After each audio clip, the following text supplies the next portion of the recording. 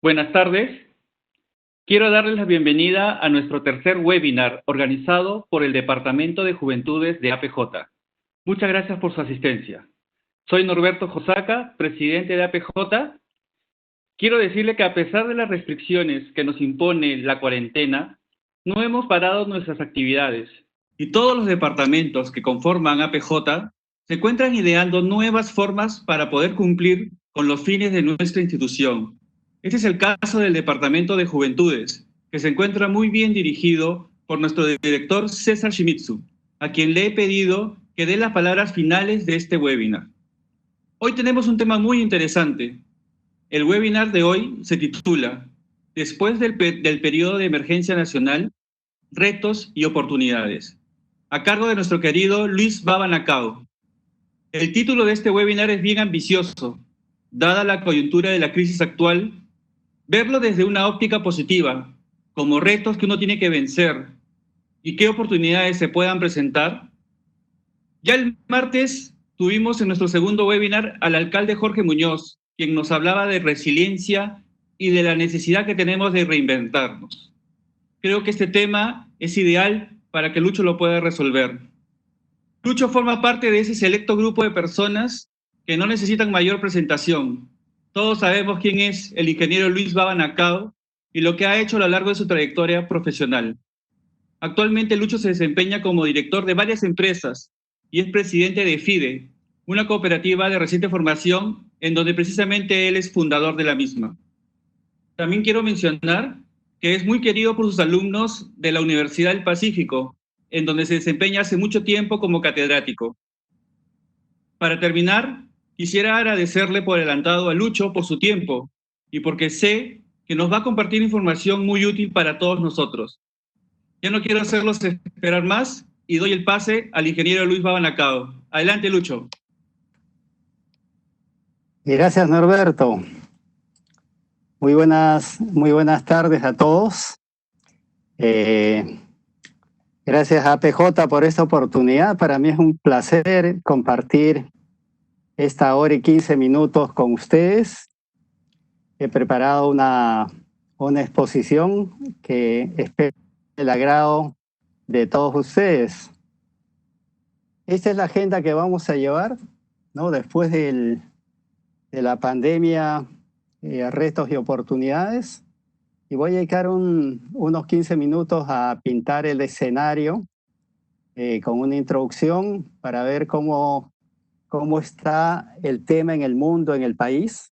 Y luego he preparado 8 temas que tienen que ver con retos y oportunidades provenientes de esta pandemia, ¿no? Y al final 2 láminas de reflexiones finales y espero que sea de provecho para todos ustedes la conferencia de hoy día, ¿no?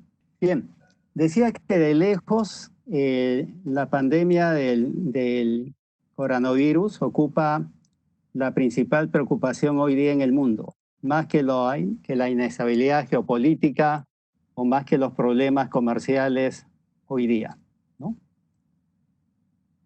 También el precio del petróleo, que es una materia prima estratégica en el mundo, ¿no? Ha sufrido una caída espectacular. Vimos que en mayo las entregas estaban en precio negativo, cosa que nunca sucedió en la historia del petróleo, ¿no? Y a la fecha está más o menos en $36 el barril, casi la mitad de lo que costaba antes de la pandemia, ¿no? Importante la caída. Las bolsas en el mundo, la bolsa en el Japón, en Estados Unidos, en Europa, una caída importantísima también. En el Perú, la bolsa peruana también ha sufrido una caída espectacular. Banco Continental, que es el segundo banco más grande del Perú, la acción que nominal vale $1, costaba 3.43 a comienzos de año, hoy día vale 2.61, ha caído 24% y se trata del segundo banco más importante del país, ¿no?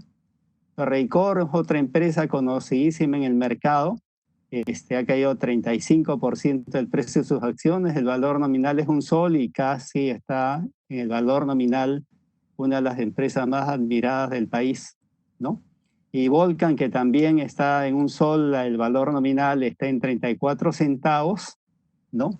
Y Credicorp, que es el grupo financiero más grande del país, ha caído 27% también, ¿no? Como ustedes verán ahí, en la sucesión no solamente han caído las acciones en el Perú, sino también en todo el mundo, ¿no? Entonces, estamos sufriendo, sí, está sufriendo el mercado. Perú es un país eminentemente minero, ¿no? La historia del Perú está íntimamente ligada al precio de los minerales. Cuando el precio de los minerales está alto, Perú la pasa muy bien. Cuando cae el precio de los minerales, Perú tiene una recesión, ¿no?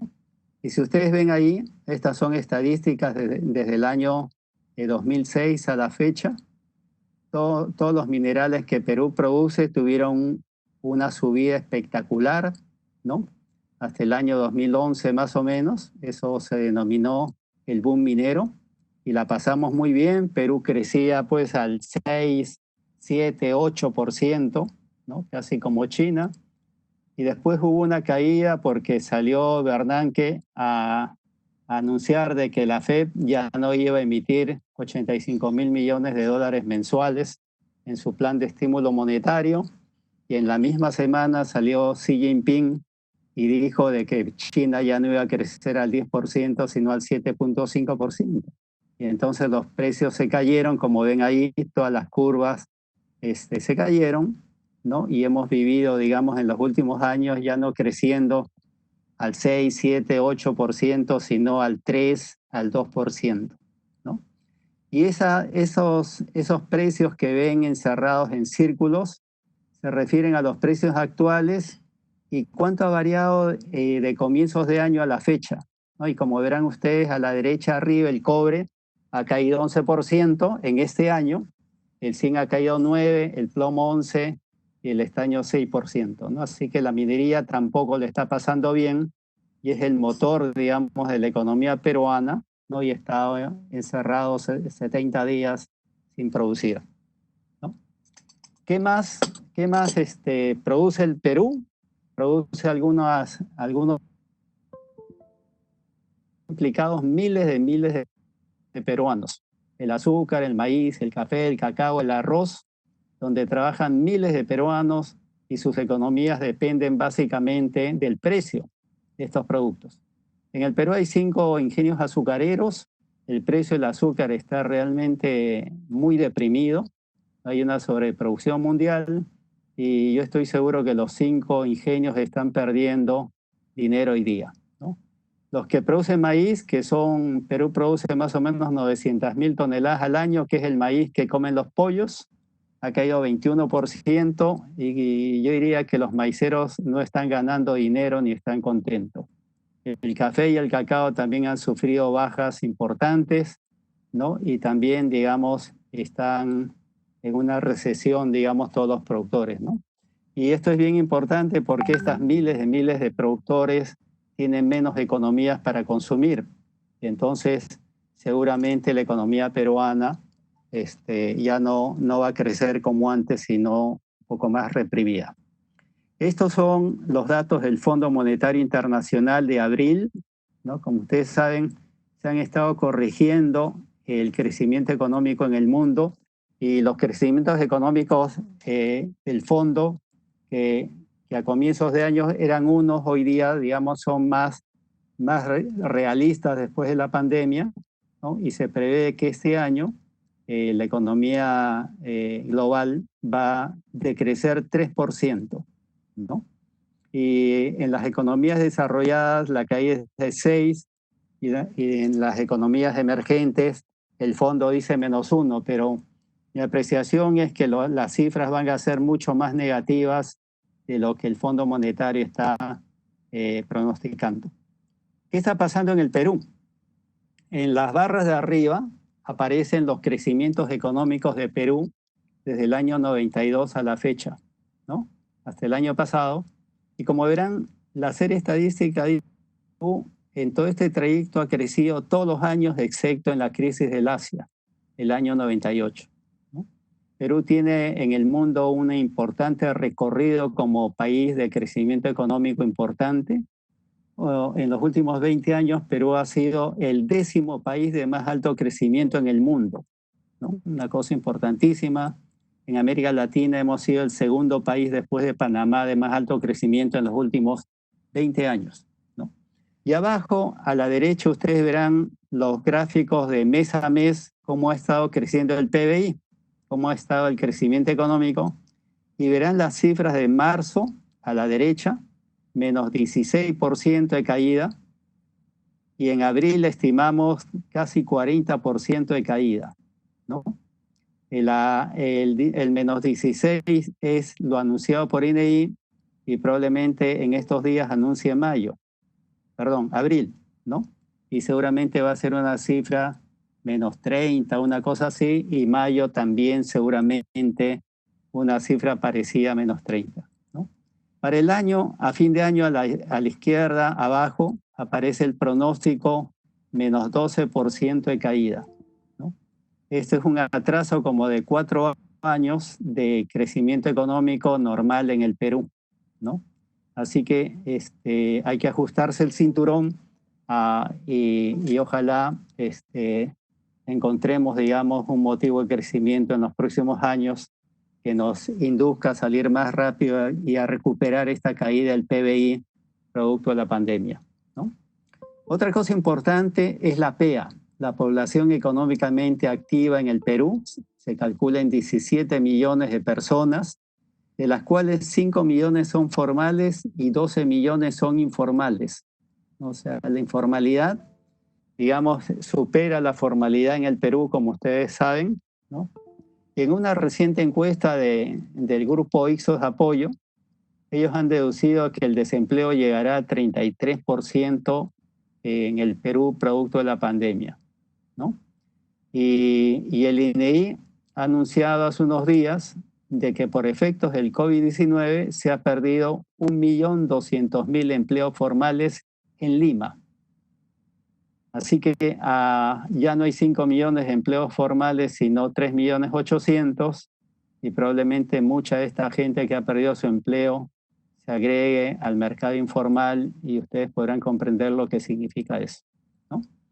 Y entonces aparece un concepto importantísimo en la economía que se llama la confianza del consumidor, ¿no?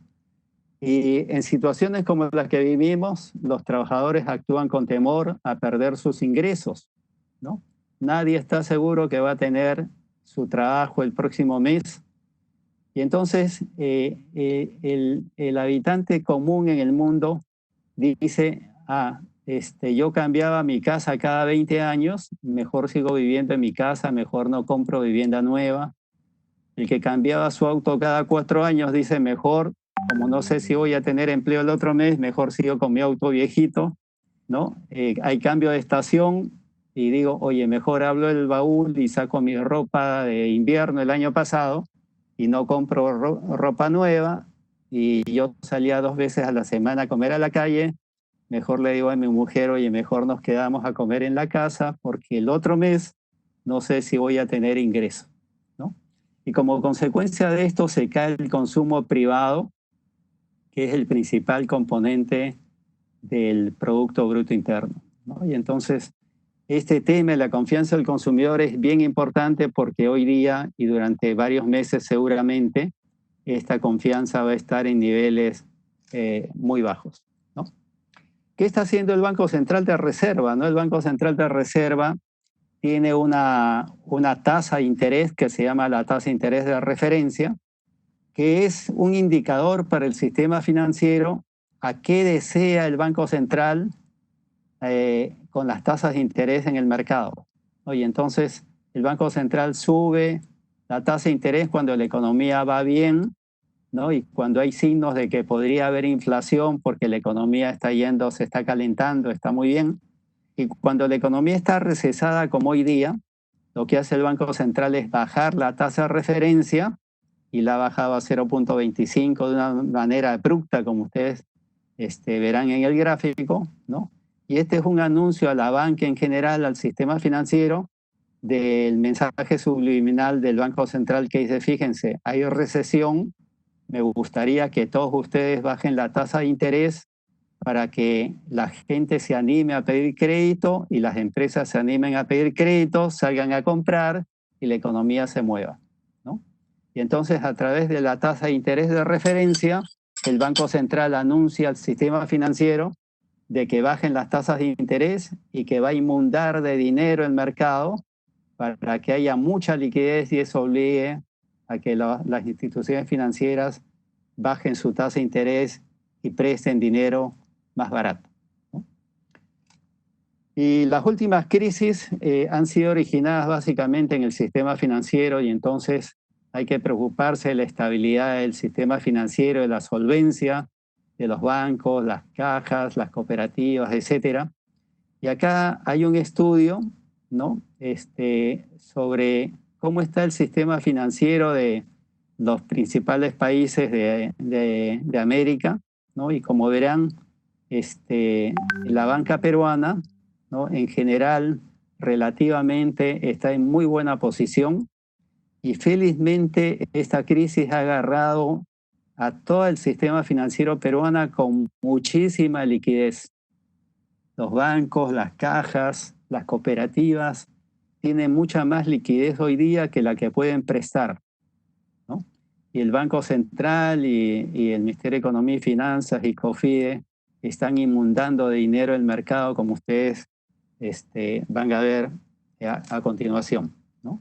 Todos los bancos que tienen, yo diría que el 80 y tantos % del sistema financiero nacional tienen calificación grado de inversión, ¿no? Como verán ahí, la mayor calificación es AAA y todos los bancos tienen calificación A o B, ¿no? Y grado de inversión significa grado de recomendación y hoy día, digamos, el superintendente de Banca y Seguro está, digamos, tranquilo porque el sistema financiero está bastante sólido, como ustedes verán ahí, ¿no?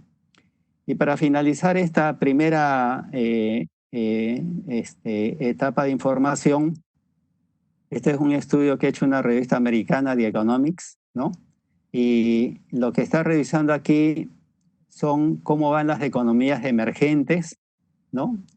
Clasificadas en 4 categorías de fortaleza financiera, ¿no? Y dentro de los países emergentes, Perú ocupa el 4º lugar con mayor fortaleza financiera, ¿no? Así que la pandemia nos coge en un momento en que Perú se encuentra en muy buena situación, y entonces debería ser un país que la pase mejor que los países aledaños, ¿no? Para finalizar, tenemos elecciones en abril del año 2021, estamos a meses de las nuevas elecciones, y entonces junto con la pandemia tenemos pues este tema de las elecciones, el Congreso, ¿no? Y cómo los grupos políticos se están moviendo en la actualidad. Y la verdad que no sabemos qué va a pasar, ¿no? Aparentemente vamos a tener elecciones en abril de todas maneras, ¿no? Y aparecen, digamos, estos candidatos, ¿no? En la palestra, ¿no? Antauro Humala es el candidato, digamos, a quien todo el mundo está mirando hoy día. Está preso, ¿no? Aparentemente no puede competir en las elecciones, pero él está defendiendo un argumento que parece que tiene sustento sobre que él no fue culpable de la muerte de los policías en el Andahuaylazo, ¿no? Así que dejo ahí la duda, ¿no? en el tema, pero en una situación como la que vivimos hay que agregar este componente de que no sabemos la direccionalidad del nuevo gobierno en el año 2021 y estamos cerca a esas elecciones, así que esto agrega, digamos, un elemento más al tema de retos y oportunidades, ¿no? Bien, y esta última lámina dice algo bien importante, ¿no? Perú es un ejemplo de crecimiento económico en los últimos 20 años en el mundo, ¿no?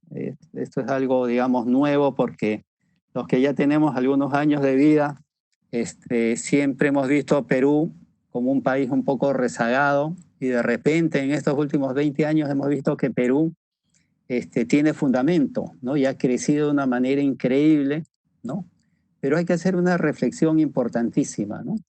Me la he estado haciendo ya hace varios años, ¿no? Que es cuando alguien se pregunta en el Perú, ¿no? ¿Cómo está la salud, el cuidado de la salud? ¿Cómo está la nutrición de los niños? ¿Cómo está la educación de nuestros niños y jóvenes? ¿Cómo funciona la administración de la justicia? ¿O cómo va la seguridad ciudadana? Y la respuesta es muy mal en todo el país, casi en todo el país, ¿no? Entonces, lo que hemos visto durante estos últimos años ha sido crecimiento económico. Y somos ejemplo en el mundo de crecimiento económico, ¿no? Pero ese crecimiento económico está sustentado bajo un país que no tiene cimiento sólido. Estos temas que ven ahí son los que, digamos, ponen los cimientos sólidos. Y si un edificio no tiene cimientos sólidos, se puede caer cuando tiene un temblor, ¿no? Como esta pandemia, por ejemplo, ¿no? Y esta pandemia nos hace ver, pues, las debilidades que tiene el Perú, ¿no? Y no obstante, la caja que tiene el Banco Central y el fondo para estos casos que tiene el Ministerio de Economía y Finanzas, que los quisiera tener cualquier país del mundo, vemos de que no podemos combatir con eficiencia una pandemia de este tipo, ¿no? Así que aquí el mensaje es, hemos crecido, sí, pero los cimientos sobre este crecimiento son muy débiles. Y viene un viento fuerte y puede tumbar todo ese crecimiento, y parte de eso lo estamos experimentando el día de hoy, ¿no? Bien, con esta introducción voy a ingresar a retos y oportunidades, ¿no? Y espero que los mensajes aquí los ayuden en sus actividades profesionales y empresariales, ¿no? El primer tema es las líneas que se han implementado después del COVID, ¿no? Yo en mi vida no he visto, digamos, la rapidez, cómo se ha puesto a disposición dinero abundante al mundo empresarial, a los trabajadores, a la sociedad en general, ¿no? Y también las tasas de interés. Y algo más, las garantías. El gobierno ha puesto garantía y ha dicho, yo aquí respondo por el 98%, el 95%, el 90%. Si falla el usuario, yo honro la garantía, ¿no? Esto es algo inusual en el mercado. Y hoy día tenemos el Fondo Crecer, el Fondo Reactiva Perú, el FAE-MIPE, ¿no? Y los tamaños de fondos, ¿no? Y de líneas, es Crecer 1.100 millones de soles, Reactiva 30.000 y después 30.000 más, 60.000 millones, algo nunca visto en el país. Y FAE-MIPE está en 4.000 millones y parece que va a crecer y va a haber un FAE-MIPE 3 próximamente, ¿no? Las coberturas de garantía son 75 a 50% del préstamo, la garantía de préstamo que otorga COFIDE. El Fondo Reactiva que puso a disposición el Banco Central tiene garantía del Ministerio de Economía y Finanzas entre 80 y 98% y el FAE-MIPE entre 90 y 98%, ¿no? Esto quiere decir que los bancos y el sistema financiero coloca y si se cae la operación, entra en default, el Ministerio de Economía y Finanzas entra en esas cantidades. Las tasas de interés son increíbles también. En el caso del Fondo Crecer es 6% al intermediario financiero y ahí el intermediario financiero le adiciona su margen de beneficio, ¿no? Y el Fondo Reactiva y el FAE-MIPE fueron otorgados anunciando la tasa al beneficiario final, ¿no? Y a esto, en el caso de Reactiva, hay que agregarle el 0.5 que cobra COFIDE, y entonces las tasas de interés con las cuales han salido las subastas han estado promediados entre 0.5 y 3.4. Y a eso hay que sumarle el 0.5 de COFIDE. De todas maneras son créditos muy, muy promocionales, como ustedes podrán comprender, ¿no? Y el FAE-MIPE sí, es la tasa al usuario final, ¿no? Y como ustedes podrán comprender, son tasas increíbles, ¿no? Increíbles. y los montos máximos son para los dos primeros hasta 10 millones de soles y el FAEMIP es hasta 30.000 soles porque se supone que es para pequeños y microempresarios, ¿no? Bien, y entonces estamos, digamos, con abundantes líneas de crédito, ¿no? Y las nuevas reglas son el nuevo reglamento de Reactiva Perú, que salió hace unos días, incluye como usuarios de crédito no solamente empresas, sino a personas naturales que hacen actividad empresarial. Hay mucho informal que hace eso, ¿no? Y ya no se evalúa por ventas, sino por créditos anteriores en el sistema. Entonces, todos aquellos pequeños microempresarios, personas que hacen actividades empresariales, que tienen deuda con bancos, cajas, cooperativas, pueden, digamos, calificar. Perdón, en el caso de Reactiva, solamente bancos y cajas, ¿no? Y financieras, ¿no? Las empresas podrán obtener un segundo préstamo hasta un segundo mes de ventas, ¿no? Siempre que no exceda los límites el límite otorgado por beneficiario. Eso quiere decir que si en el Reactiva, en las primeras subastas, una empresa accedió a fondos, pero no topó el límite individual que tenía, puede obtener una segunda oportunidad y obtener más fondos, ¿no? Y también hace 3 días salió una autorización para que todas las instituciones financieras del país, inclusive las cooperativas, puedan reprogramar automáticamente los créditos vigentes al 19 de febrero del presente año, ¿no? O sea, todos los créditos que están en normal, los CPP, automáticamente pueden ser refinanciados hasta por 12 meses contados desde el 19 de febrero del año 2020, ¿no? Y entonces se dan facilidades para que el sistema financiero, digamos, tenga la flexibilidad para conversar con sus clientes y poder, digamos, reprogramar créditos, ¿no? Noticias importantes. Comentarios. Hoy día todas las instituciones financieras están muy, muy líquidas. Imagínense además todas las líneas de crédito que se están desembolsando hoy día, ¿no? Esto le da mucha más liquidez.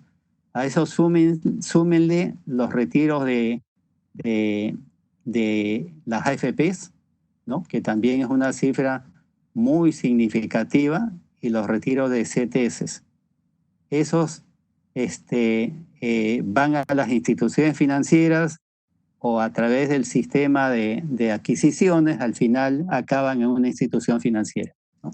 Así que liquidez, hay bastante liquidez. ¿Las tasas de interés bajarán?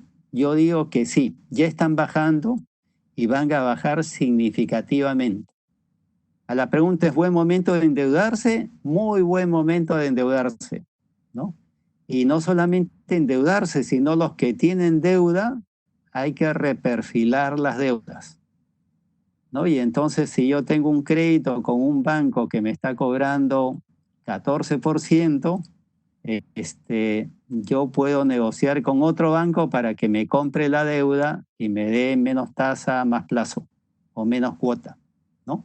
Y si soy una empresa que tengo una deuda grande con un banco, yo puedo ir a otro banco o ir al mismo banco y decirle, oye, sabes, las tasas están bajando, antes de irme a otro banco a negociar el préstamo para pagarte, prefiero que tú bajes la tasa de interés, ¿no? Y seguramente los bancos van a comprender que es mejor reperfilar la deuda y bajar la tasa que seguir así, ¿no?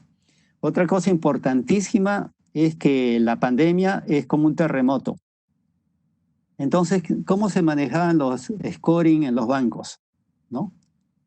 Hay centrales de riesgo que manejan series estadísticas, ¿no? Y entonces, antes de aprobar un crédito, se iba a consultar estos buró de créditos para ver cuál era la currícula de la empresa o de la persona que está solicitando crédito, ¿no?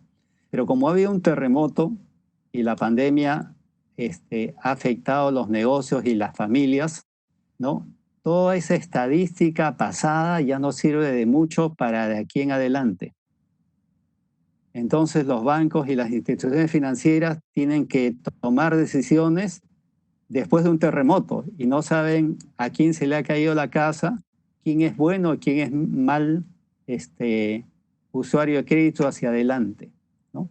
Así que tenemos que reconstruir, digamos, todo ese historial digamos, y tenemos que pensar de que muchas empresas probablemente no les va a ir bien y van a liquidarse o van a ir en decopio. Más adelante vamos a ver ese tema, ¿no? Pero hay este problema y muchas se van a reinventar, etcétera, etcétera, ¿no? Bien. El siguiente tema tiene que ver con la incertidumbre y el miedo. Los inversionistas reaccionan de forma exagerada a las noticias negativas, ¿no? Y esta es una noticia altamente negativa, ¿no? Esta es una crisis que no la teníamos en la vida, ¿no? Y entonces hay miedo, hay temor, ¿no? Y cuando hay miedo y temor, surge la pregunta, ¿no? Aquellos que tienen recursos, ¿no?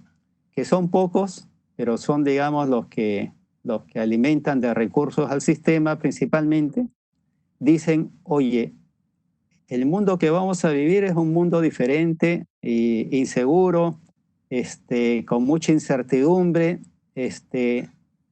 mejor dime cuál es la moneda más segura del mundo, ¿no? Y la respuesta, sin lugar a dudas, es el dólar americano, ¿no? Y por eso ustedes han visto cómo se está desplazando el dólar en el mundo con respecto a las monedas locales, ¿no? Y entonces hay mucha gente que dice, oye, mejor cambio mi moneda al dólar y espero ahí, ¿no? ¿Quién importa que el banco me pague 0.2% al año en dólares, pero prefiero estar en dólares que en soles, ¿no? Más adelante vamos a ver cómo está la situación. Y cuando alguien es un poco más sofisticado y dice, oye, ¿cuál es el activo más seguro del mundo? Sin lugar a dudas, la respuesta es la letra del Tesoro americano, o sea, los bonos que emite el Tesoro americano, ¿no? Así que cuando hay miedo y temor, hay esta tendencia a buscar lo más seguro. Ya no interesa la rentabilidad, sino la seguridad, ¿no? Y eso ha hecho de que el dólar en el Perú empiece, fíjense, cayó y con el COVID otra vez está subiendo, ¿no? Y está un poco intranquilo en las últimas semanas, ¿no? Porque Estados Unidos está otra vez en la guerra comercial con la China, parecería que va a suceder algo, y porque la pandemia no se está controlando, ¿no? Ese es otro tema también importante, y entonces hay algo de nerviosismo, ¿no? Y entonces es natural que suceda una cosa como esta, ¿no? Ahora, les quiero mostrar este cuadro que es la serie histórica de cómo le ha ido al Perú con su moneda el sol con respecto a los vecinos, al resto del mundo, ¿no? Primero, los gráficos que aparecen ahí, ¿no? Y los gráficos que están a la izquierda, abajo está Perú, ¿no? Y en una bola de color celeste está encerrado -2% para Perú, ¿no? Y estas son estadísticas del año 2000 hasta hoy día, o sea, casi 21 años, ¿no? Y lo que dice este gráfico y esta bolita celeste, dice que el sol peruano en los últimos 21 años se ha revaluado con respecto al dólar 2%. Ese negativo significa revaluación. El yuan chino arriba se ha revaluado en 21 años 14%, o sea, el yuan chino es más fuerte que el dólar, 14%. El euro en estos 21 años se ha revaluado con respecto al dólar 11%. El yen japonés se ha devaluado 7%, el peso chileno 45%, el peso colombiano 91%, el peso mexicano 128%, el real brasilero 126% y el peso argentino 6.700%.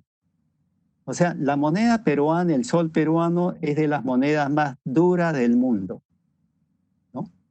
Esto hace 30 años, pues, era algo impensable con la hiperinflación y los gobiernos anteriores, ¿no? Pero el manejo económico y monetario del Perú ha sido impecable y la moneda peruana es de las más duras del mundo hoy día.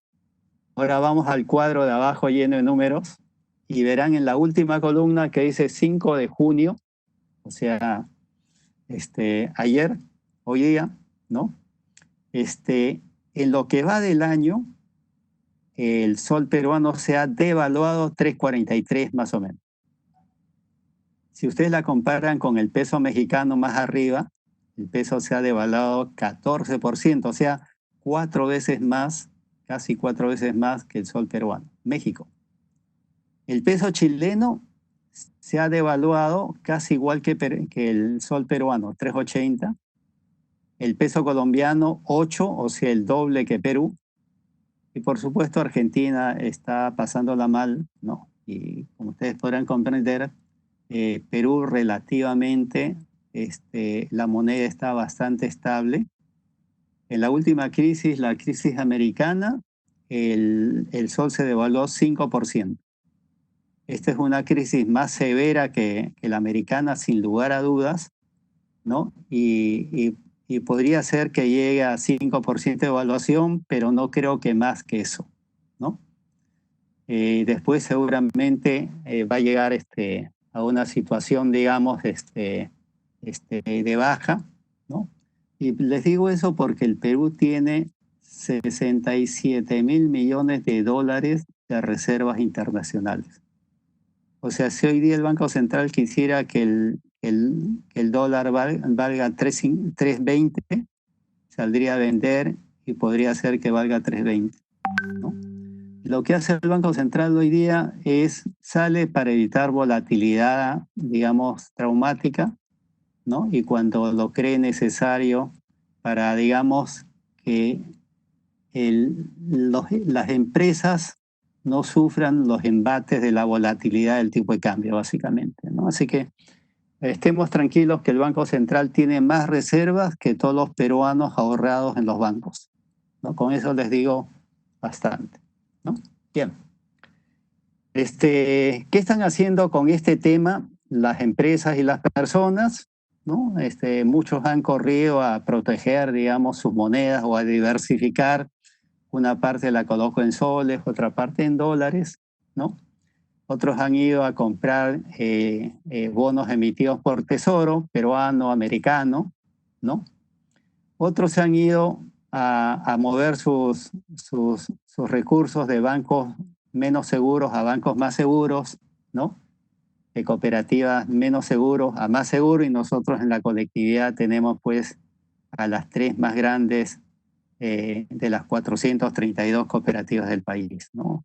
Entonces, estas se están solidificando, ¿no?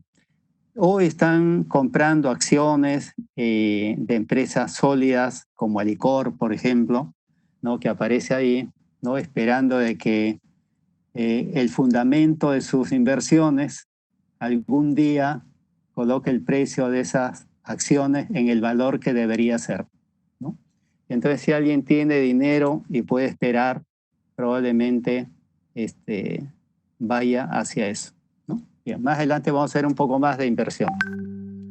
El siguiente tema tiene que ver con la virtualización de las actividades, ¿no? El confinamiento de la población está propiciando el trabajo, la educación, los servicios y el entretenimiento esencialmente virtual, ¿no? ¿Y qué ha pasado con la pandemia? Nos ha obligado a trabajar en casa, ¿no? Como ustedes saben, esto de home office apareció en los años 90. Estamos en el año 2020, ¿no? Sin embargo, las empresas siempre han estado reticentes a mandar a su casa a trabajar, ¿no? Siempre ha habido esa incertidumbre de que si trabajan en casa, trabajarán más, menos, estarán haciendo otras cosas, etcétera, etcétera, ¿no? Pero hoy día estamos obligados todos, hemos estado obligados 80 días a trabajar en la casa, ¿no? Y resulta de que para muchos de los que estamos trabajando en la casa, ahora estamos trabajando más, ¿no? Y algo increíble, la puntualidad ha mejorado, ¿no? Y cuando hacemos reuniones, generalmente a las 8 de la mañana, a las 9 de la mañana, toda la gente está ahí, ¿no? A la hora exacta. ¿no? Y seguramente cuando pasemos la pandemia, muchas empresas les dirán a los trabajadores, oye, tú te quedas trabajando en la casa, no es necesario que vengas, ¿no? Y ya no sea necesario que el 100% de los trabajadores necesariamente estén en las oficinas o en las plantas, ¿no? La educación también ha sufrido un terremoto, ¿no? No había más remedio, se perdía el año o se hacía educación virtual y la mayoría de universidades particulares, Norberto y yo enseñamos en el Pacífico y salieron en tiempo óptimo y hoy día todas las clases son virtuales, ¿no? Los colegios también tienen locas a las mamás y a los papás apuntando, apuntalando a sus hijos en la educación en la casa, ¿no? Y aquí quisiera hacer una reflexión sobre lo que dijo Salman Khan, ¿no? Un americano de origen hindú, que un día recibió, digamos, el encargo de su hermana de educar, de ayudar a educar a su hija. Y entonces el tío empezó a darle clases a la sobrina y después se dio cuenta que había internet y entonces le mandaba las clases por internet y después había videos, ¿no? Y había PowerPoint y entonces empezó a diseñar clases para su sobrina y la sobrina tan contenta de las clases que las subió a internet y se hizo viral.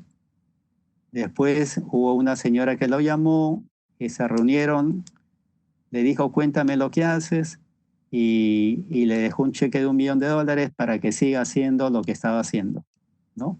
Y después sucedieron más mecenas, hasta Bill Gates le ha dado dinero y hoy día él tiene N cursos colgados en su web en 190 idiomas, ¿no? Todo gratis, ¿no?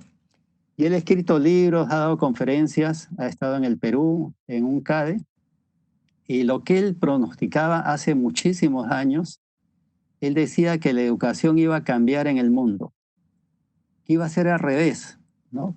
En ese momento nosotros enviamos a nuestros hijos a la escuela para que aprendan, y en la casa hacían los ejercicios, ¿no? Y él decía que iba a ser al revés, que los niños iban a aprender en la casa y que iban a ir a la escuela a consultar las dudas que tenían con el profesor, ¿no? Y fíjense, la pandemia ha traído ese adelanto del futuro de una manera traumática, ¿no? Otra cosa importante que ha sucedido es la telemedicina, ¿no? Las autoridades no le daban pase a la telemedicina y se resistían a mover las regulaciones para que exista telemedicina en el mundo, ¿no? Hoy día, el 80% de las consultas médicas en Estados Unidos son telemedicina, ¿no? Y en el Perú también, ¿no? Ya las clínicas no están atendiendo como atendían antes y más bien la única manera de acceder a una consulta es a través de telemedicina.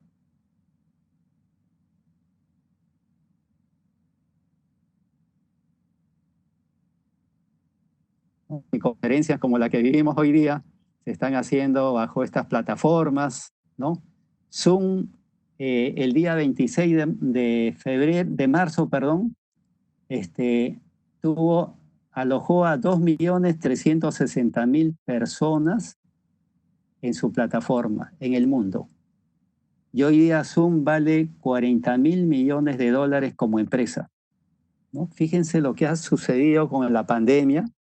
Ha relanzado este tipo de empresas y ayudas para poder trabajar y poder conectar.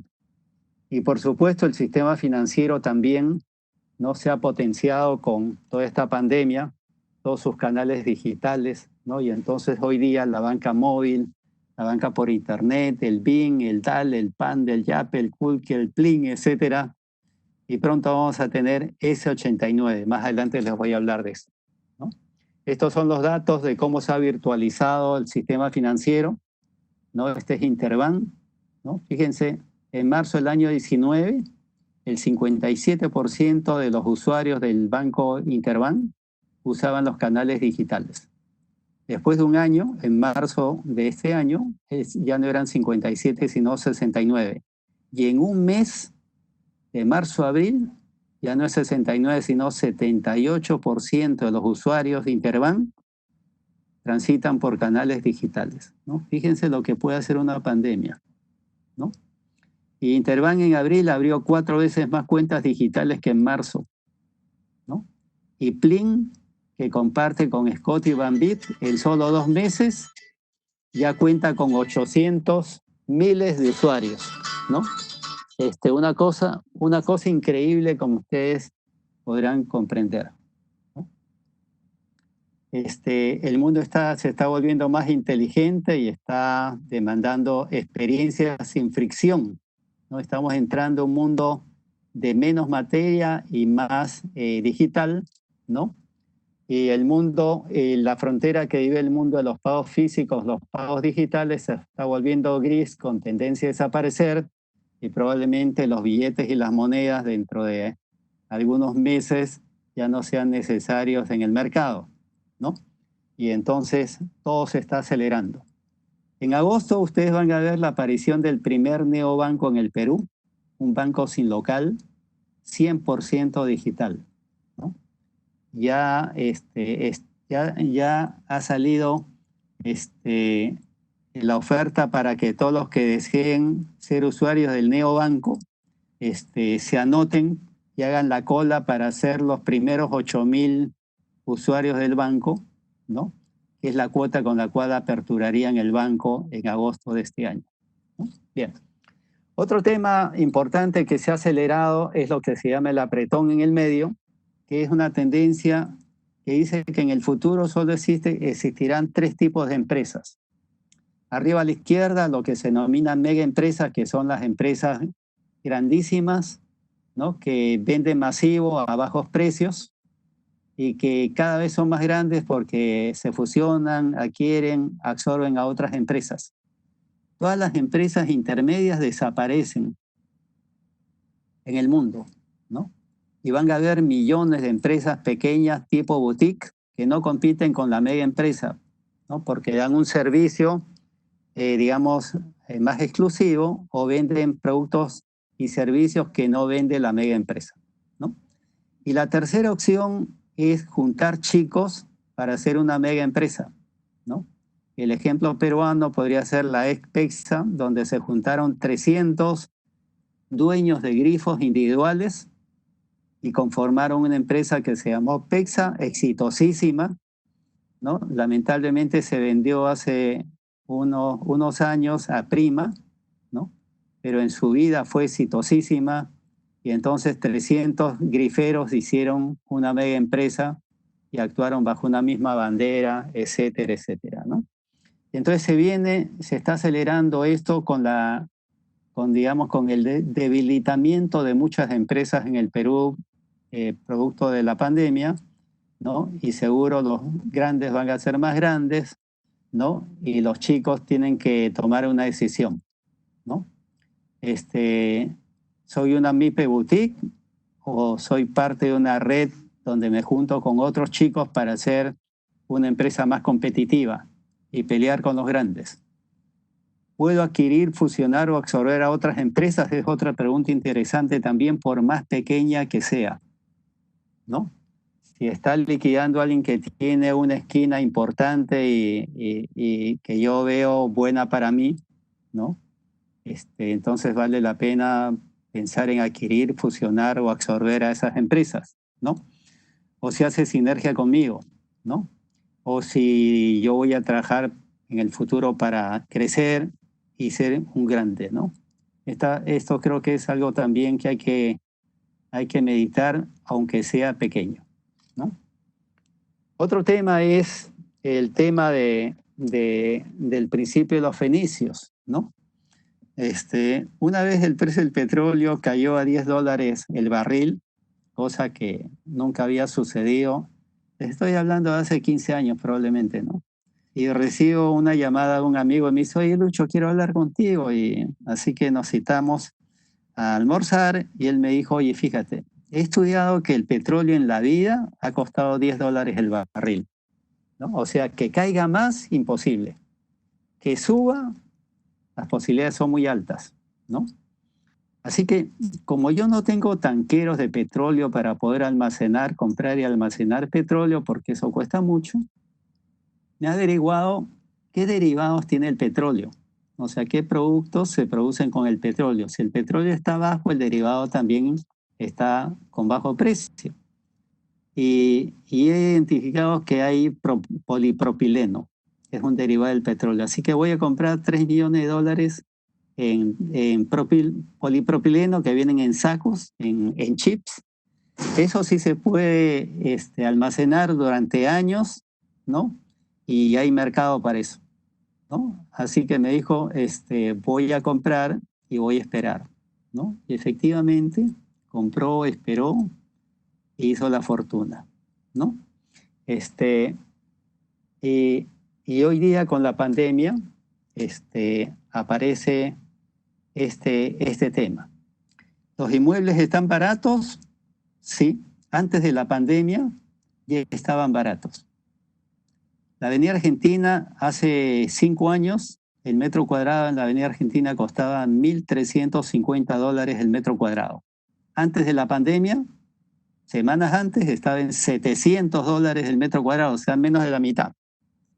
Y ahora con la pandemia, probablemente se puedan conseguir inmuebles, fábricas de edificios, oficinas, viviendas, a un precio de ocasión, ¿no? Igual, maquinaria nueva, usada, seguramente va a haber muchísimo porque los bancos se van a adjudicar garantías, las empresas van a preferir deshacerse de activos que tienen, ¿no? Las empresas que distribuyen equipo pesado, automóviles, camionetas, etcétera, van a tratar de liquidar sus inventarios porque además viene el otro año con nuevos modelos, ¿no? Y por supuesto, materia prima, productos terminados, productos intermedios, se van a rematar inventarios y entonces hay ocasiones interesantes para hacer fortuna también y creo que hay oportunidades para la gente que tiene liquidez o tiene capacidad de endeudamiento, ¿no? Bien. Otro tema es la afectación del negocio por la pandemia y la forma de recuperación de la economía, ¿no? Todavía nadie sabe en el Perú cuánto va a durar y cuán profundo es el daño que se ha hecho a la economía peruana. Sabemos que el daño ha sido inmenso, pero no sabemos en cuánto tiempo vamos a empezar a remontar esta pandemia, ¿no? Y cuando uno ve la televisión, ve los periódicos, sale a la calle, ven estas imágenes, ¿no? Y entonces, y todos los días vemos que hay más y más infectados y más muertos. Y la verdad es que uno pierde las esperanzas de que todo el gasto económico y financiero que está haciendo el país se está yendo al tacho porque los resultados no son buenos, ¿no? Y entonces los invito a ver este cuadro con más calma. No están grabando la conferencia, así que ustedes van a poderla ver nuevamente los que deseen, ¿no? Y este cuadro lo ha hecho un instituto que hace estudios económicos muy reputado, abajo está la fuente, ¿no? Que ha hecho un estudio bien interesante, ¿no? A la izquierda verán las posiciones, ¿no?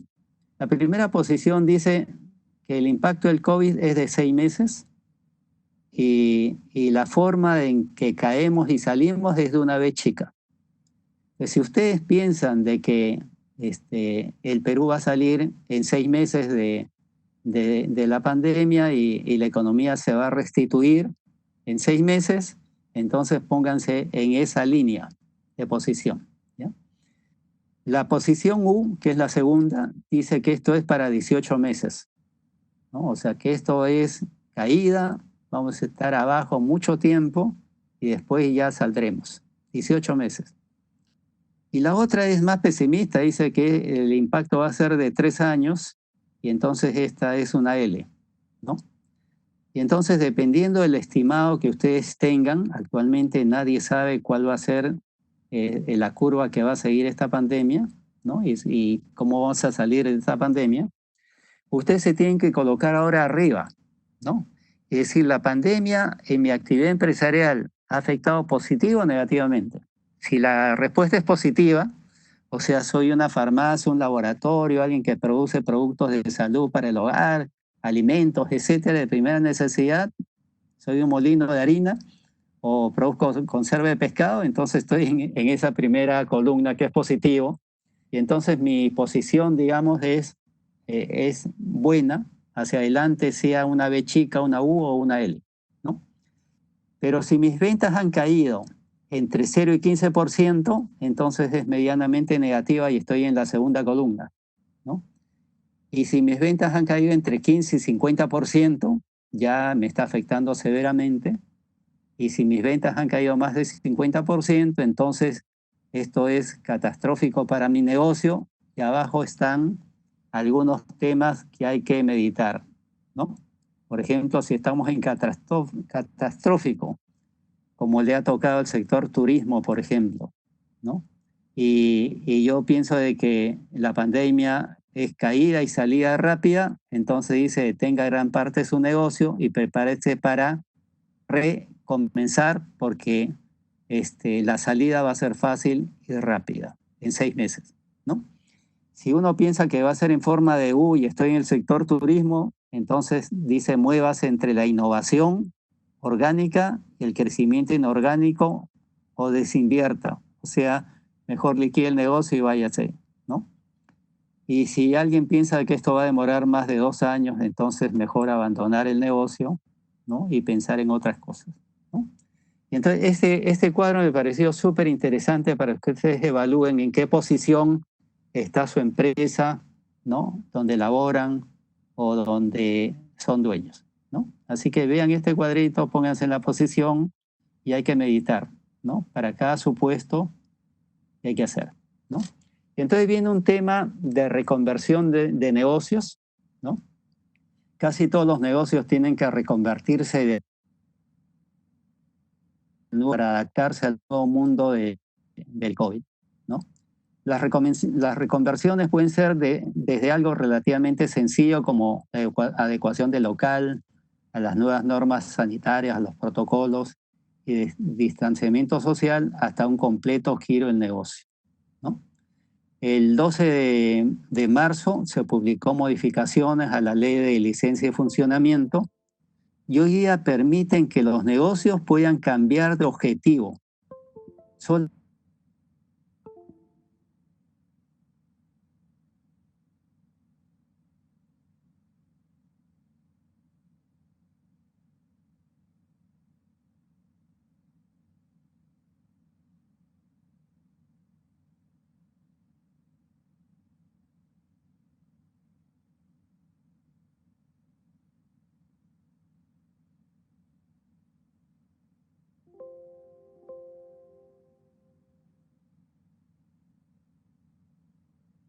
¿no?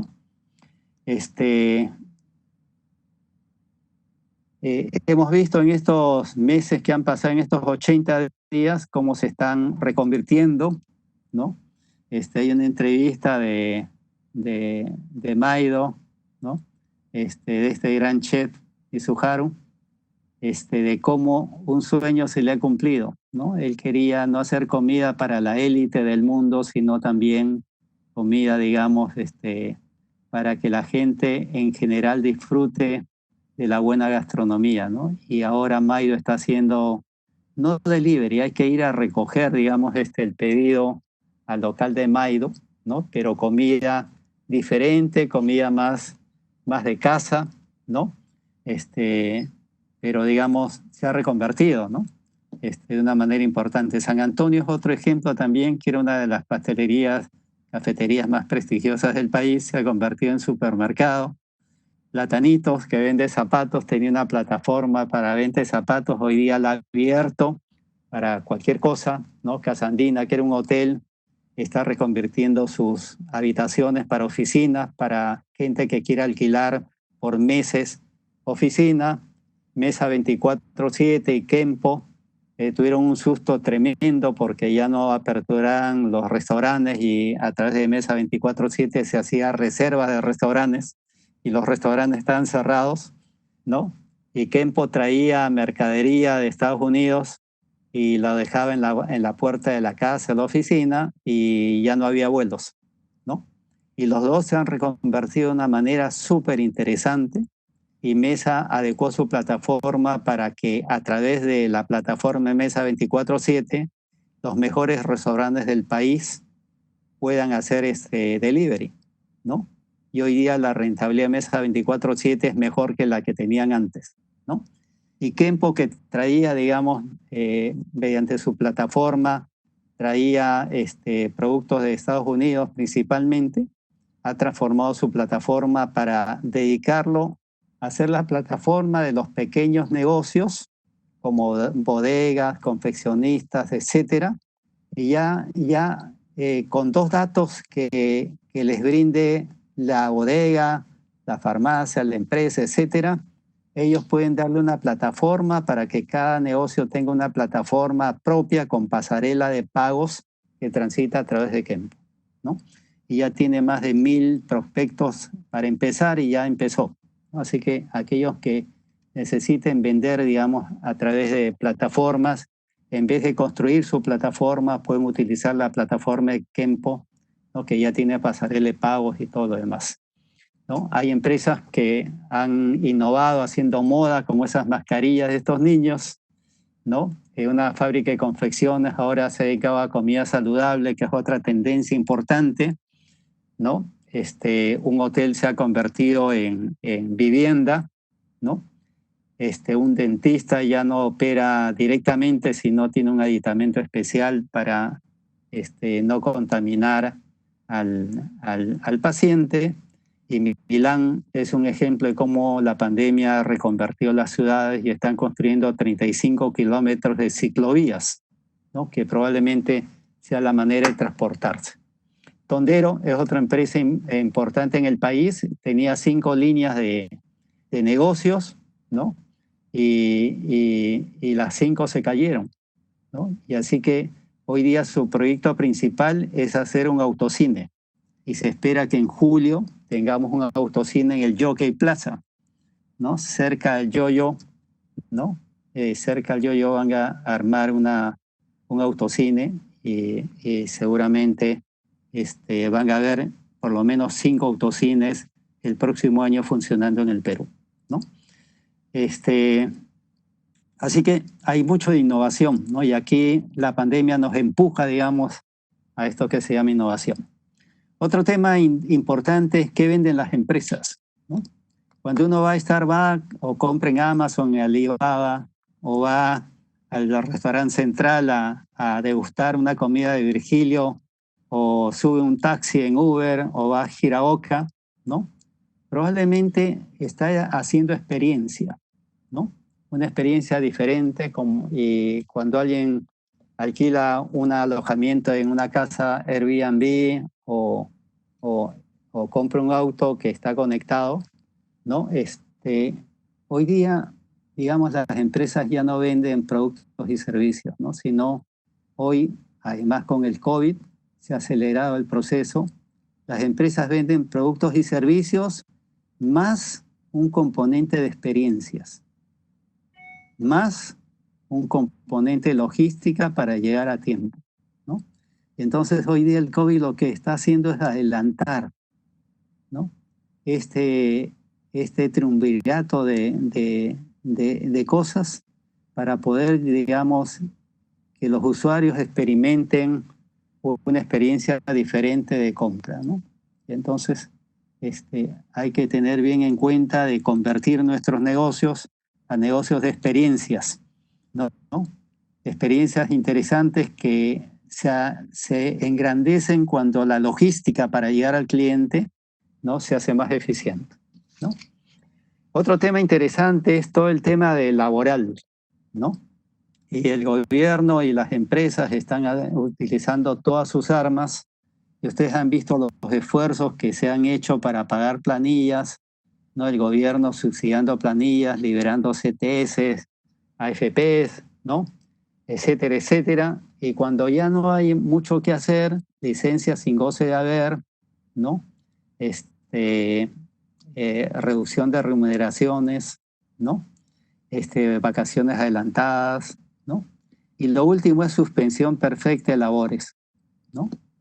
Y entonces se está utilizando todo lo que está, todo el arsenal que hay a la mano para tratar de que no se rompa la cadena de pagos, para preservar a los trabajadores en sus puestos, etcétera, etcétera, ¿no? Y aquí viene un tema que para muchos, digamos, es un tema controversial, ¿no? Que es que probablemente mucha gente valiosa va a dejar sus trabajos, ¿no? Y, y, y, y entonces aquellos que sobreviven a este COVID, ¿no? Y que están pensando en mañana, creo que esta es una muy buena oportunidad para identificar talento, ¿no? Talento y comenzar a recopilar talento, ¿no? Así como les digo, el COVID lo que va a hacer es que baja el precio de los inmuebles y es posible entonces encontrar inmuebles interesantísimos, locales para la empresa, para oficinas interesantísimos en el futuro, para nuestro negocio. Igual se va a liberar gente, ¿no? Valiosa que va a estar dispuesta a trabajar, digamos, quizás ya no por los sueldos que recibían antes, sino por algo menos, ¿no? Pero valiosa, ¿no? Bien, ya llegando al final, ¿no? Una de las meditaciones también es, oye, ¿qué pasa si me afectó la solvencia esta pandemia y estoy en problemas con mis acreedores, ¿no? Entonces, lo que hay en el Perú es Indecopi, y hay un sistema concursal, así se llama, ¿no? Y cuando hay, digamos, una empresa, llega un momento en el cual está asediado por las deudas y los proveedores y los banqueros que le están exigiendo pago, y le están embargando cuentas, etcétera, ¿no? Hay un procedimiento que se llama procedimiento concursal y uno va a Indecopi, ¿no?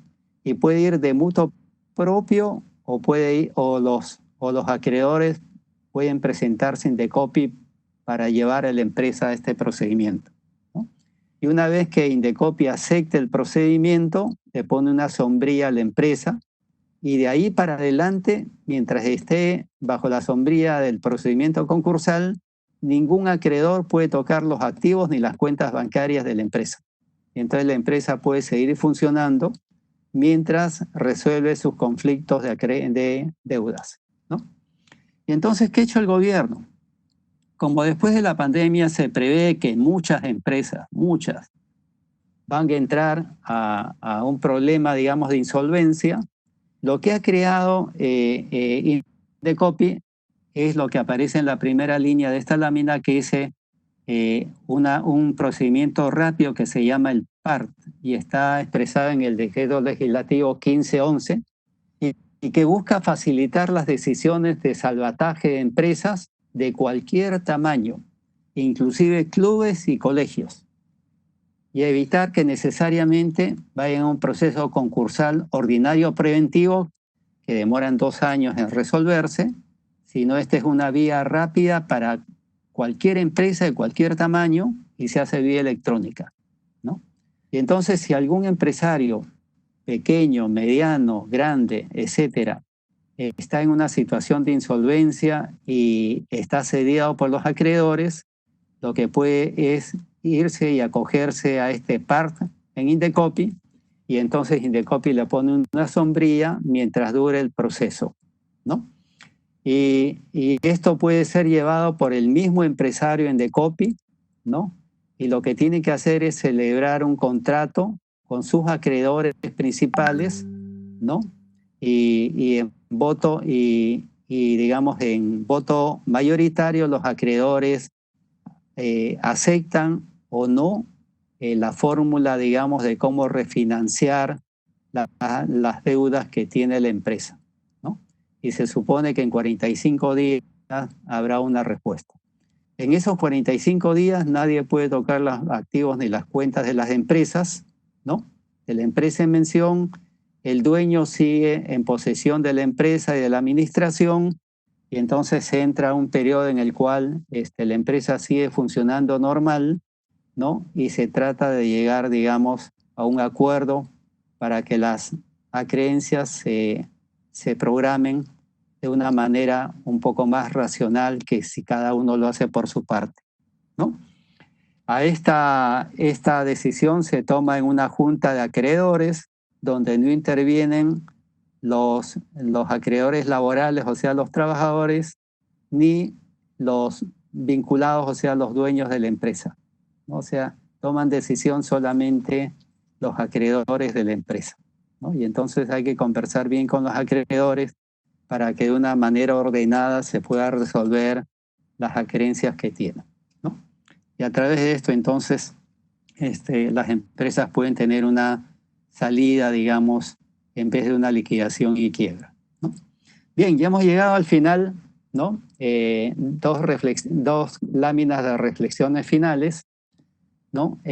La primera es de que en el futuro el país tiene que invertir en los cimientos, ¿no? No tanto preocuparse en el crecimiento, sino en los cimientos. Hemos visto que no tenemos un buen cimiento de salud y tampoco tenemos un buen cimiento de educación.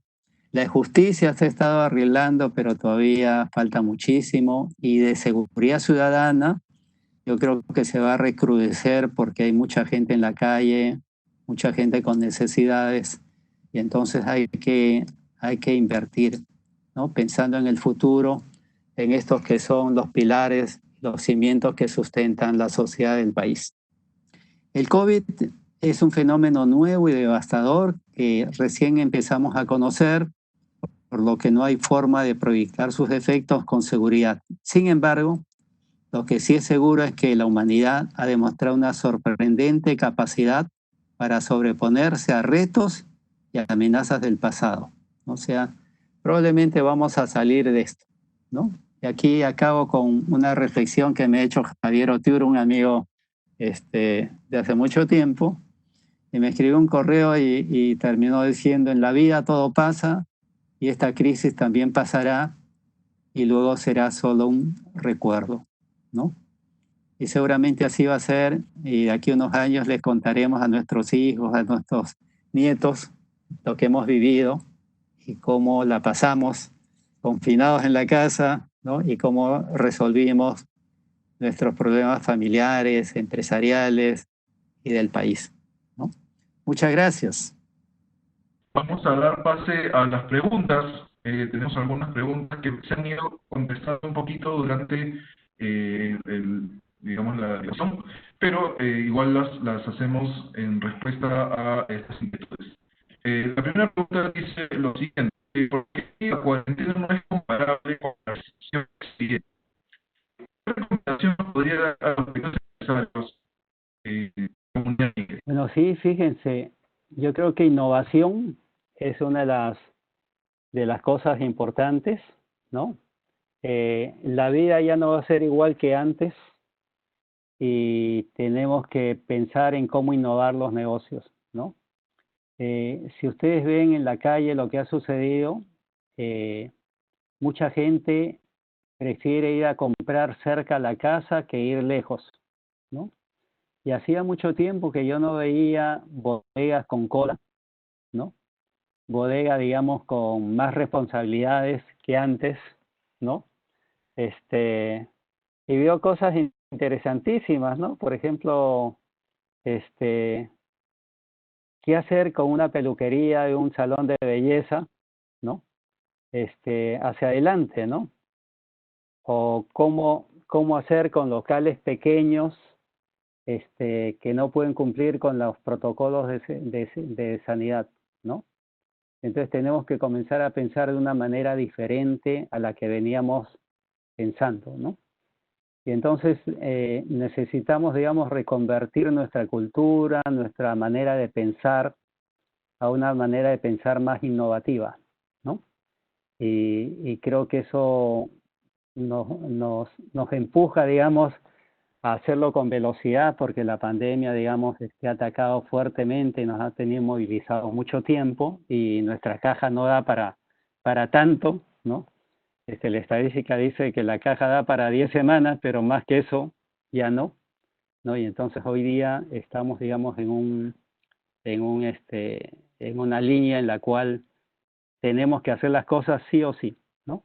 Felizmente creo que tenemos 4 cooperativas en la comunidad, ¿no? Que pueden entender mejor nuestra realidad, así que cualquier reconversión, ¿no? Tiene al costado, digamos, la posibilidad de conseguir financiamiento, ¿no? Una pregunta, la economía en ese sentido, ¿qué cosas debe hacer el gobierno para hacer un cambio en la expectativa de la gente? Desde una perspectiva empresarial, muchos estamos ya en la decisión probable de cerrar el negocio o seguir, como usted dice, generando a partir de un cambio, una innovación. ¿Hasta qué punto la resiliencia de nuestras empresas en un mercado tan tradicional, donde la gente sale a conseguir sus productos, va a poder subsistir? ¿Qué nos recomendaría?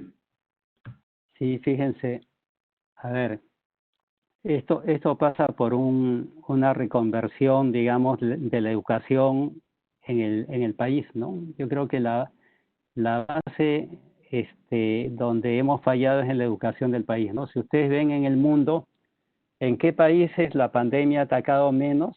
Son aquellos donde la sociedad, digamos, es una sociedad que tiene una cultura y una educación mejor, ¿no?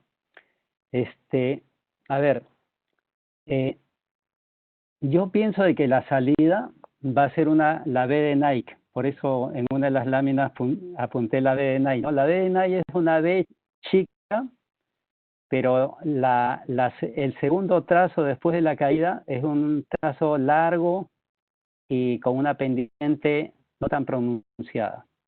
En otras palabras, la pandemia hasta la salida va a llevar varios meses más, ¿no? Y entonces tenemos que alistarnos para un escenario de ese tipo. ¿Qué hace un gobierno en un escenario así? ¿No? Tiene que salir a quemar sus balas y uno digamos, de los disparadores más importantes en una economía recesiva es que hacen los, los gobiernos para salir de eso, ¿no? Y en el Perú hay déficit de infraestructura. Entonces, lo primero que tiene que hacer el gobierno es endeudamiento y salir a hacer la infraestructura que falta en el país, ¿no? Y ese gasto de infraestructura es la que mueve la economía privada, ¿no? Y si eso se hace con eficiencia, los privados van a comenzar a invertir porque el Estado contrata privados para hacer obra, ¿no? Y contrata trabajadores, etcétera. Fíjense, les cuento cómo es ese proceso de inversión, ¿no? Por ejemplo, cuando se amplió Cerro Verde, una mina importante en el sur del país, en el proceso de ampliación, o sea, en la construcción, trabajaron 15.000 trabajadores muy bien remunerados. Y eso movió la economía de Tacna, Moquegua y Arequipa. Cuando acabó la ampliación ya no eran 15.000 trabajadores, sino eran 3.500, ¿no?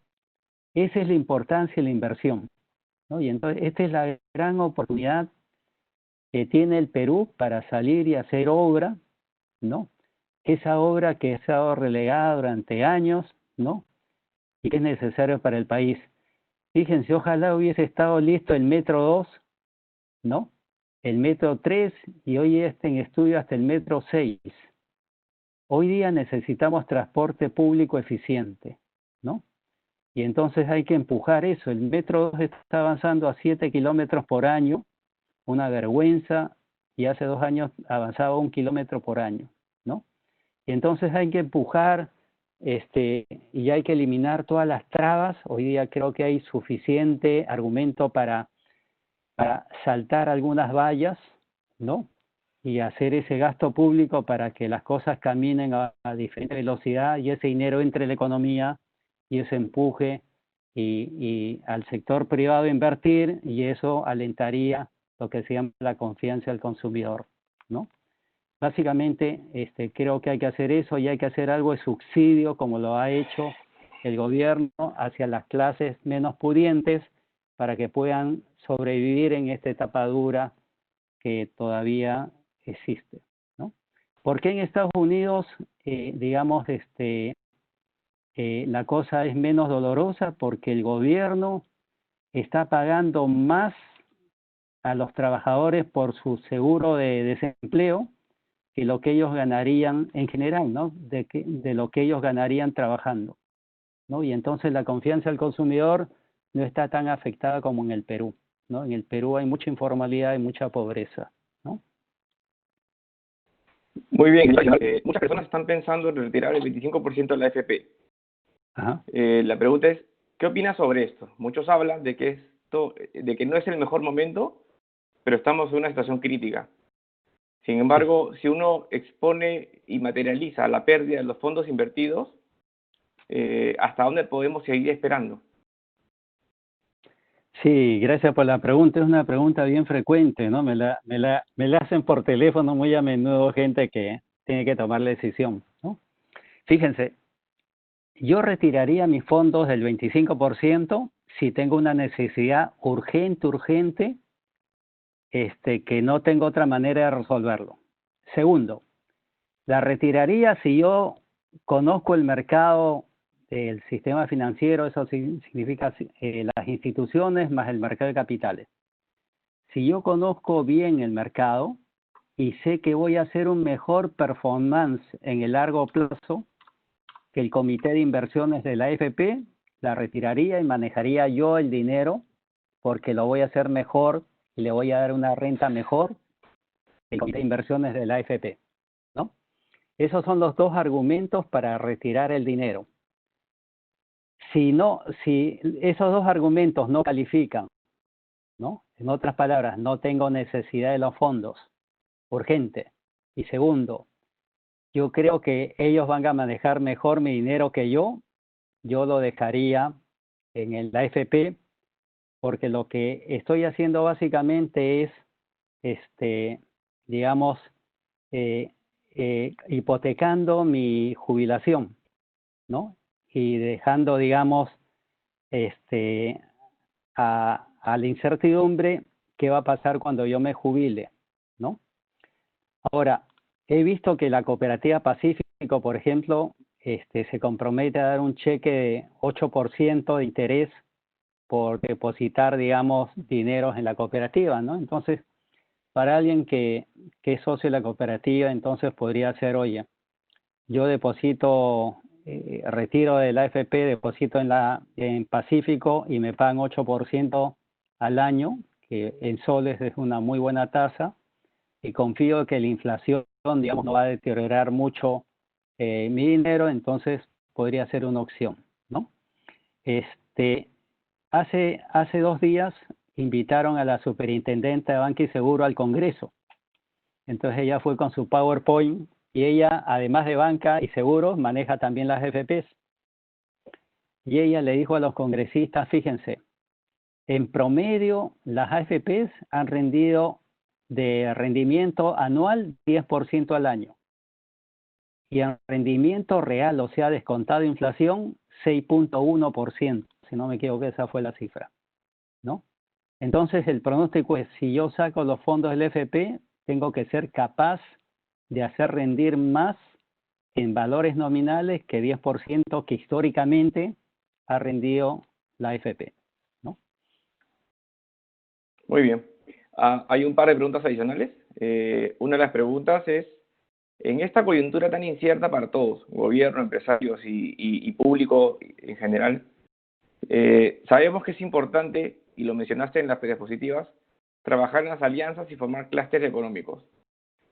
Para una empresa muy grande, tal vez esto sea bastante alcanzable. ¿Cómo podemos, empresas de corte mediana y pequeña, hacer alianzas para poder sobrepasar esta coyuntura tan crítica y lo que dure el efecto? Como tú bien dices, puede ser una W o puede ser una L. Todos esperamos que sea una V, pero ante esta coyuntura, ¿qué nos sugieres como alianzas para empresas medianas y pequeñas? Sí, fíjense, hay que comenzar a trabajar en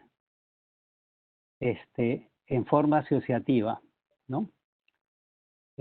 Generalmente nosotros empezamos con empresas familiares y no queremos salir, digamos, del entorno familiar, ¿no? Y eso se entiende por una cuestión de confianza, ¿no? Pero el mundo cada vez se está ampliando, ¿no? Y las fronteras que dividen una empresa de otra empresa se están volviendo grises, ¿no? Y entonces tenemos que aprender a trabajar más en términos asociativos, ¿no? Yo me asocio con otra empresa, ¿no? Para abastecer un pedido que tengo, ¿no? Yo me asocio con otra persona para hacer más eficiente mis compras y hacer volumen y tener acceso a más descuentos, ¿no? Yo me asocio con otra empresa para intercambiar información y conocimiento, ¿no? Yo me asocio con otra empresa para que juntos podamos invertir en innovación y desarrollo, ¿no? Yo me asocio con otra empresa para tener una plataforma para llegar más eficientemente con mi mercado, ¿no? Y poder satisfacer mejor, ¿no? Yo me asocio con otra persona para ser parte de la cadena, ¿no? Del producto final, ¿no? Y entonces, cada vez las empresas empiezan a involucrarse un poco más. Les cuento la historia de Matsushita rápidamente, ¿no? Hace unos años, un amigo muy cercano me dijo molesto de que National le había pedido su estructura de costos, ¿no? ¿Por qué? Porque ellos querían saber de todos sus proveedores la estructura de costos. Y él me dijo, yo no se lo voy a dar porque esa es una cosa muy propia de mi empresa y mi cliente no tiene por qué saber mi estructura de costos.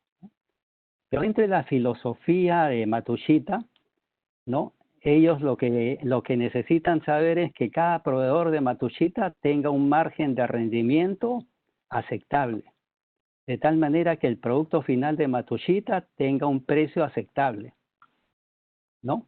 Y es por eso que ellos pedían, digamos, la estructura de costos de todos los proveedores para que el producto final tenga éxito, ¿no? Y uno es parte de esa cadena para que el producto final tenga éxito, ¿no?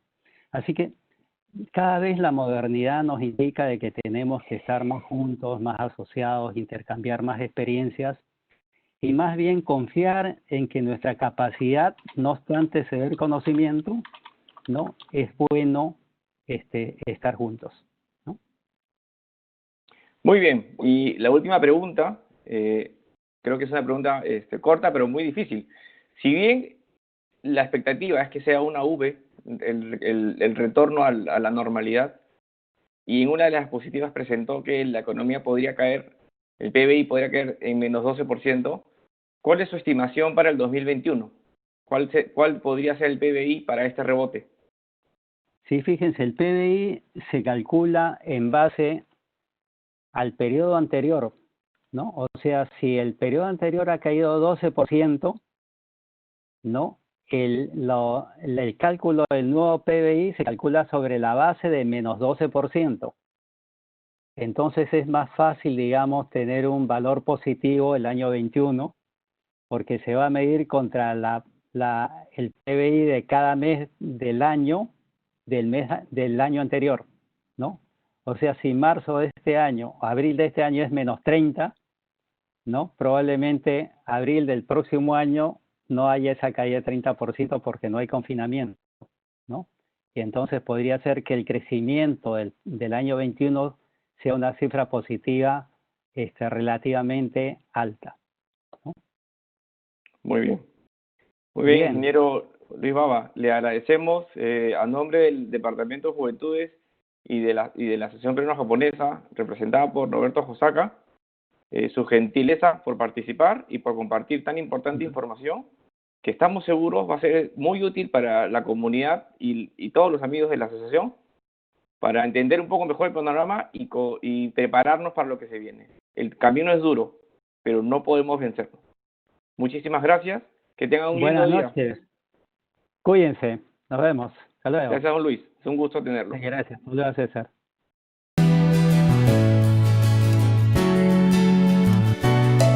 Hola amigos, yo soy Denisha Shiki y quiero invitarlos a apoyar a la campaña Perú Gambare. Gracias a las donaciones de muchas personas e instituciones solidarias, hemos podido llevar agua y alimentos a muchas familias y comedores, así como también mascarillas para el personal de salud de varios hospitales. Ayúdanos a seguir ayudando. Con tus donaciones podemos llegar a muchas más familias que todavía nos siguen necesitando. Ayudemos a ayudar. Perú Gambare.